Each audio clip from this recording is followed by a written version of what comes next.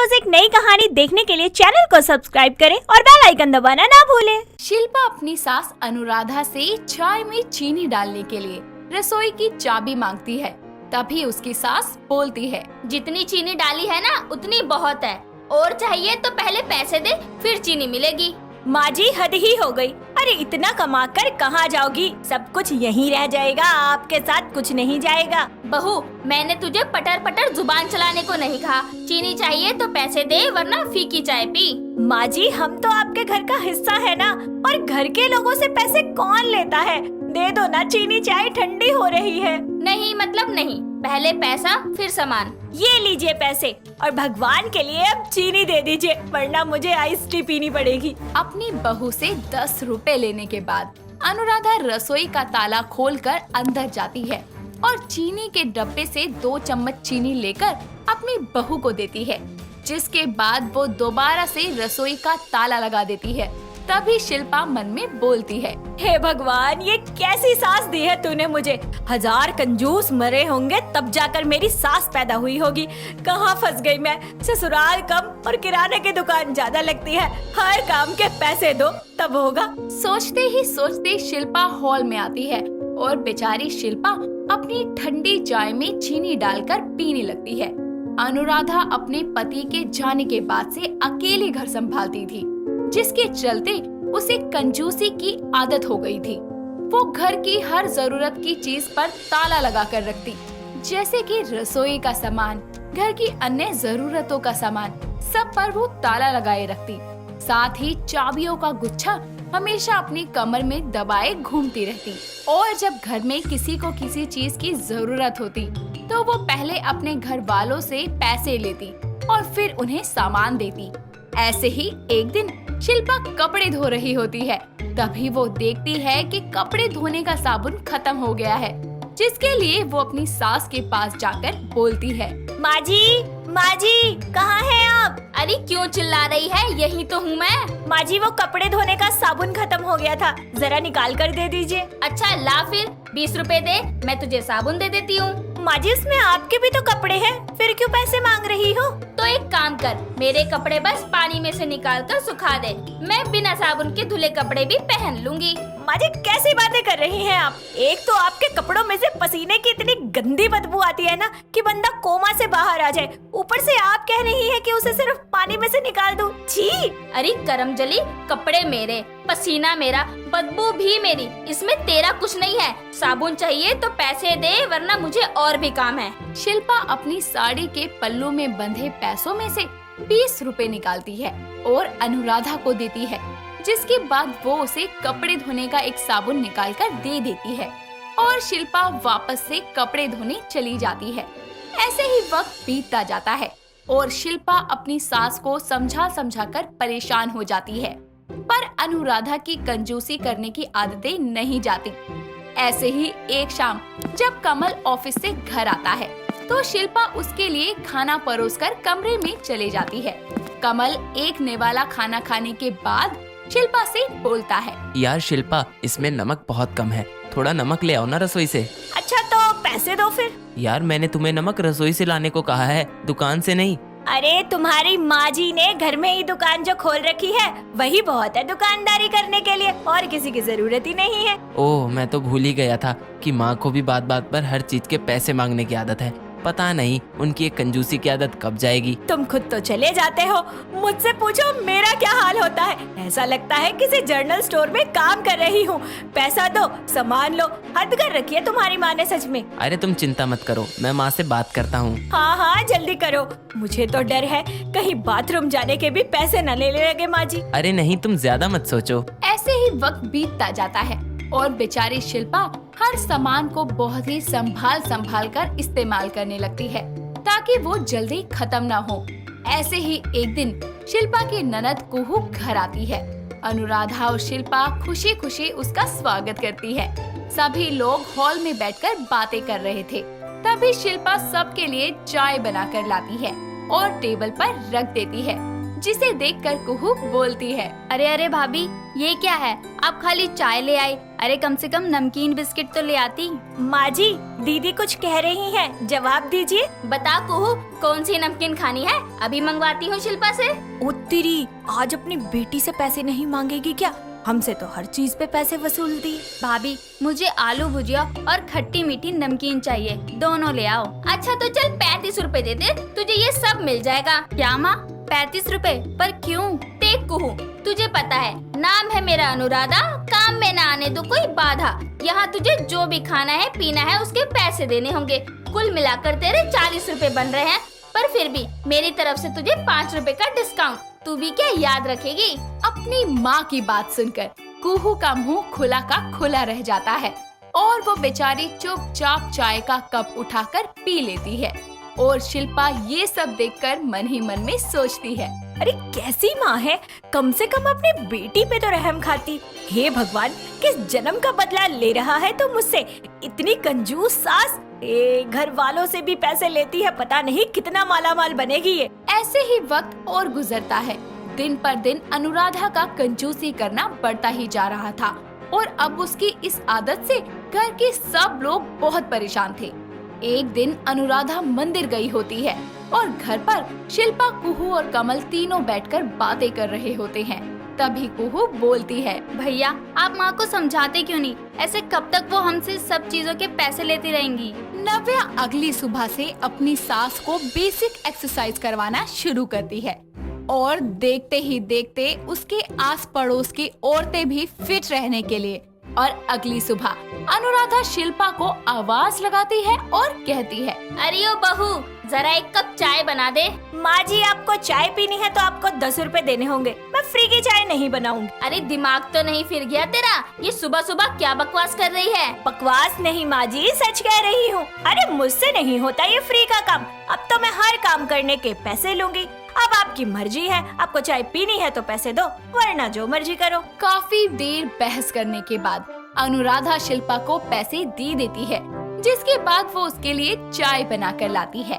ऐसे ही दोपहर के समय वो अपनी बेटी कुहू को आवाज लगाती है, कुहू, कुहू कहाँ है तू? हाँ माँ कहो, क्या हुआ? जरा मेरी साड़ी प्रेस कर दे, मुझे पड़ोस की एक पार्टी में जाना है। कर दूंगी माँ, लेकिन मैं 50 रुपए लूंगी, तब करूंगी। ये क्या बेहुदा मजाक कर रही है? तू मेरे काम करने के पैसे लेगी? बिल्कुल लूंगी माँ, जैसे आप लेती हो। कुहू की बात सुनकर अनुराधा चुप हो जाती है और वहाँ से चली जाती है। थोड़ी देर बाद जब शाम होती है तो कमल घर आता है और अपनी माँ को ऐसे सोफे पर उदास बैठा देखकर बोलता है, माँ क्या हुआ, सब ठीक है ना? हाँ हाँ ठीक है, बस थोड़ा सा सर में दर्द है। अरे माँ लाओ, मैं आपका सर दबा देता हूँ, फिर आप मुझे 100 रुपए दे देना। क्या 100 रुपए?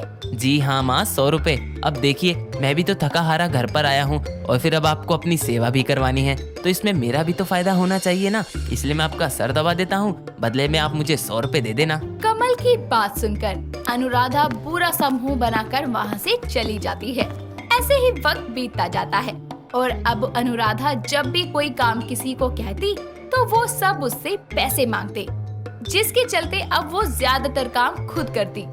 ऐसे ही एक रात सब डिनर कर रहे होते हैं, तभी अनुराधा बोलती है, शिल्पा बहू, जा नमक लेकर आजा रसोई में, सब्जी में बहुत कम नमक है। कुहू, जाओ तुम ले आओ। हाँ भाभी, ले आऊंगी, पर 10 रुपए देने पड़ेंगे आपको, मैं फ्री में काम नहीं करती। ओ अच्छा, सुनिए जी, आप ले आइए। यार मैं तो पहले ही बहुत थका हुआ हूँ, इसलिए मैं तो 20 रुपए लूंगा नमक लाने के। हाय हाय, बेशर्मी की भी हद होती है, बात बात पर पैसे मांगते हुए तुम लोगों को शर्म नहीं आती? भगवान की दया से हमारे घर में सब कुछ है, घर, पैसा, कपड़ा, खाना, फिर भी तुम सबने इतनी भुखमरी क्यों मचा रखी है? माँ जी, आप भी तो हमेशा हर चीज के पैसे लेती है ना, तो बस अगर आप मालामाल हो सकती है तो हम क्यों नहीं हो सकते? वैसे भी खरबूजे को देख के ही खरबूजा रंग बदलता है, तो जैसी आप वैसे हम। शिल्पा की बात सुनकर अनुराधा को अपनी गलती का एहसास होता है और वो सबसे कहती है, मुझे माफ कर देना मेरे बच्चों, मेरी कंजूसी की आदत के चलते तुम सब भी ऐसे हो गए, पर मुझे इस बात का ख्याल ही नहीं आया कि हम सब एक परिवार हैं, कोई किराने की दुकान थोड़ी। अब से मैं कभी भी कंजूसी नहीं करूंगी। और ये ले बहू, सारे ताले खोल दे और जा सभी तालों को कचरे के डब्बे में डाला। अब अनुराधा किसी भी चीज में कोई कंजूसी नहीं करती साथ ही साथ वो खुले हाथों से खर्चा करने लगती है, जिसके कारण एक बार फिर उसके परिवार में खुशहाली लौट आती है।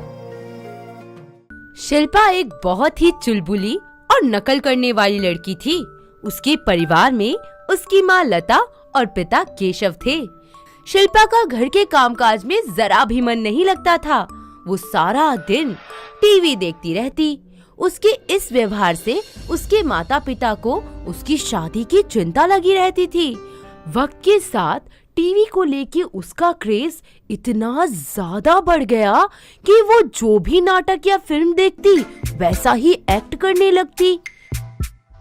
शिल्पा, अरे ओ शिल्पा, कहाँ है तू? क्योंकि कौन बोला और किसने बुलाया हमें?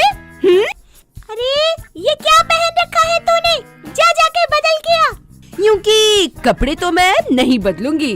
हाँ मौसी जी। अरे नालायक, मैं तेरी मौसी नहीं, माँ हूँ तेरी। क्योंकि बसंती टांगा चलाते चलाते थक जाती है और मेरे पास टाइम भी नहीं है। हाँ क्या कहा तूने? कहाँ जाएगी? चुपचाप बैठ घर में। क्योंकि बसंती किसी की सुनती नहीं तो मैं तो चली। हाय राम। हमारी बसंती यानी कि शिल्पा हंसती मुस्कुराती वहाँ से चली जाती है। एक दिन उसके लिए श्रवण नाम के लड़के का रिश्ता आता है। उसकी माँ भावना होती है। सभी लोग मिलकर रिश्ता पक्का कर देते हैं। थोड़े ही समय बाद शिल्पा और श्रवण की शादी हो जाती है। कुछ दिन तक तो सब ठीक चलता है, पर शिल्पा घर के काम में कुछ खास रुचि नहीं दिखाती थी। अरे शिल्पा, अरे कहाँ हो? जी हाँ जी, कहिए। अरे क्या बात है, ये चांद से रोशन चेहरे पर आज उदासियां छाई हैं। कुछ भी नहीं, मेरा घर पर मन नहीं लगता। मुझे एक सीडी प्लेयर ला दो ना प्लीज। अरे बस इतनी सी बात, कल ही ला देता हूँ मैं। अगले दिन श्रवण अपनी बीवी के लिए सीडी प्लेयर ले आता है। बस अब क्या था, शिल्पा के दिल में वापस से उसका टीवी वाला क्रेज जगह बना लेता है। एक रात को वो मुगले आजम मूवी देख रही होती है और अगली सुबह अनारकली की तरह तैयार होकर अपने घर वालों के सामने आ जाती है। सब उसे देखकर दंग रह जाते हैं। अरे बहू, ये क्या पहन लिया तूने? बरखुरदार इस कनीज को आपकी सेवा करने का सौभाग्य मिला है। अल्लाह की रहमत है। हैं? ये क्या बोल रही हो तुम? साहिब आलम, अपने कनीज पर यूं ना चिल्लाओ। अल्लाह कसम, मैं मर जाऊंगी। अरे माँ, इसने कल मुगले आजम देखी थी। अनारकली का भूत सवार है मैडम पे। अरे दादा, काम करना तो कुछ आता नहीं, बस नौटंकी ही करे जा रही है। वक्त बीतता जाता है। शिल्पा रोज ही कोई नई फिल्म देखकर उसकी हीरोइन की कॉपी करना शुरू कर देती है। कभी माधुरी तो कभी हेमा मालिनी तो कभी श्रद्धा कपूर बन जाती है। उसकी इस आदत से सब लोग बहुत ज्यादा परेशान हो जाते हैं और एक दिन तो हद ही हो गई। एक शाम जब श्रवण ऑफिस से घर आ रहा होता है तो अरे शिल्पा, ये क्या कर रही हो? अरे क्यों मार रही हो इन बेचारों को खामखा? अरे मैं मर्दानी हूँ, मर्दानी। इन चोरों को तो आज सीधा करूंगी। हल्के में ले रहे थे मुझे, हल्के में ले रहे थे। अरे ओ मर्दानी की औलाद, किया क्या है इन दोनों ने, ये तो बताओ। इन दोनों ने कुछ नहीं किया, बस इनकी शक्ल ही चोरों जैसी है। मैंने पकड़ के धर लिया और शुरू कर दिया पीटना। हे भगवान, अरे इसे मर्दानगी नहीं पागलपन कहते हैं, पागलपन। भाई साहब मैं माफी मांगता हूँ आपसे, इनकी तरफ से। आप जाइए। अरे जाने क्यों दिया? अब बुरे लोगों को पकड़ के मैं सीधा करूंगी, सारी बुराई खत्म हो जाएगी, फिर देखना। श्रवण गुस्से से तिलमिलाता हुआ शिल्पा का हाथ पकड़कर उसे घर ले आता है और अपनी माँ को सारी बात बताता है। दोनों ही शिल्पा को खूब खरी खोटी सुनाती हैं, पर उसके कान पर तो जूं तक नहीं रेंगता। उसका फिल्मी भूत उतरने का नाम ही नहीं लेता। भावना शिल्पा की माँ लता को घर बुलाती हैं। क्या हुआ बहन जी, सब ठीक तो है ना? यूं अचानक बुला लिया आपने? जी आपकी बेटी ने हमें तबाह कर रखा है। रोज ना रोज कोई नौटंकी मचाती ही रहती है। समझ ही नहीं आता कि क्या करूं मैं इसका। उसकी तरफ से मैं माफी मांगती हूँ आपसे भावना जी, माफ कर दीजिए। बात माफी मांगने की नहीं है बहन जी, आप ये बताओ कि हम इस समस्या का समाधान कैसे निकालें? भावना उसे सारी बात बताती है, जो कुछ भी उनके साथ हो रहा था। दोनों समधन मिलकर इस समस्या का समाधान ढूंढने लगती हैं, पर उन्हें कुछ समझ नहीं आता आखिर वो शिल्पा का ये फिल्मी भूत कैसे उतारे। तभी वहाँ भावना की पड़ोसन नीलम आ जाती है और उन दोनों को दुखी देखकर बोलती है, क्या बात हो गई? इतना उदास चेहरा लेके क्यों बैठी हो? सब ठीक तो है ना? भावना उसे सारी बात बताती है, जो कुछ भी उनके साथ हो रहा था। अरे इतनी सी बात के लिए तुम इतना परेशान हो रही हो? तुम दोनों चिंता मत करो, मैं हूँ ना, सब ठीक कर दूंगी। तुम्हारी बहू कहाँ है? मिलवाओ मुझे उससे। भावना नीलम को शिल्पा के कमरे में ले जाती है और किसी को भी अंदर आने के लिए मना कर देती है और दरवाजा बंद कर लेती है। काफी वक्त बीत जाता है पर कमरे का दरवाजा नहीं खुलता। लता और भावना दोनों ही बहुत ज्यादा परेशान हो जाती हैं। तभी नीलम मुस्कुराती हुई बाहर आती है और चली जाती है। अगली सुबह। गुड मॉर्निंग सासू माँ, उठ गई आप? नाश्ता रेडी है। ये सूरज पश्चिम से कैसे निकला आज? बहू इतनी जल्दी उठ गई? जी सासू माँ, और आप नहा के रेडी हो जाओ, आपकी पूजा की थाली भी रेडी है। अरे बहू, तूने इतना सब अकेले कब कर लिया है? सासू माँ, मैं बहू हूँ आपकी सेवा करना, घर का काम करना और सारी जिम्मेदारियाँ संभालना मेरा फर्ज है और आपको चिंता करने की कोई जरूरत नहीं है। सारे काम मैं करूँगी, आप बस आराम कीजिए। भावना और श्रवण ये सब देखकर बहुत हैरान हो जाते हैं। उनको समझ ही नहीं आता कि आखिर शिल्पा में इतने बदलाव कैसे और कब आ गए। तभी वहाँ नीलम आ जाती है। तो भावना, कैसी लगी अपनी संस्कारी और आज्ञाकारी बहू? जय हो नीलम मैया। अरे बहन, तूने कैसे किया ये अजूबा? अरे ज्यादा कुछ नहीं किया, बस तेरी बहू को ममा टीवी की मॉरल स्टोरी दिखा दी।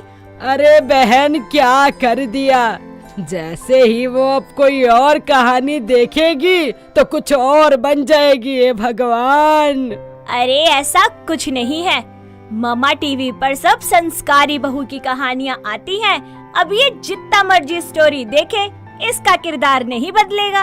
अरे वाह नीलम, तू तो एकदम सोना है मेरे लिए।